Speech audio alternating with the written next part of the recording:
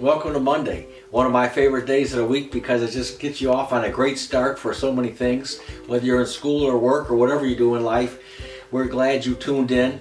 This is my spiritual son here, Perez. He's helping me today, great mighty man of God. And we're talking about Philippians 4:13, which says, I can do all things through Christ who strengthens me. And we're talking about that because we want to build you up. One of the things we're talking about is how to dream big. Dream big. Because it not only says I can do, it says all things. All things. And that's critical. All things means all things. Before you jump in, let me say, when I was a teenager, we were going to a church and they had a new youth minister come in. And he was okay.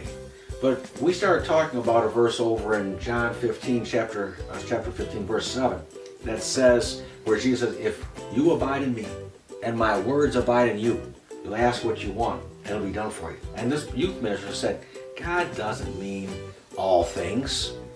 And I thought, if God doesn't mean all things, why did Jesus say all things? And that's the same with this verse. When it says I can do all things, it doesn't mean all things based on your size or based on your age. It means you can do all things. We need to get our thinking bigger. We need to realize that God's a God of the impossibility. He makes it possible. We can do all things. And that's so important. Go ahead and add something to that for me.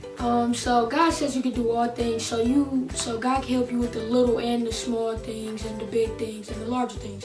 So you have to let God help you with the little things because the little things, as they grow, they get bigger. So you gotta let Him help you. Start small, and then it's just gonna keep growing. And that's like that verse in the Bible that talks about don't despise small beginnings. A lot of Christians are looking for the big. And they forget, like you said, the little stuff. Let the little stuff get taken care of, and then the big stuff can show up.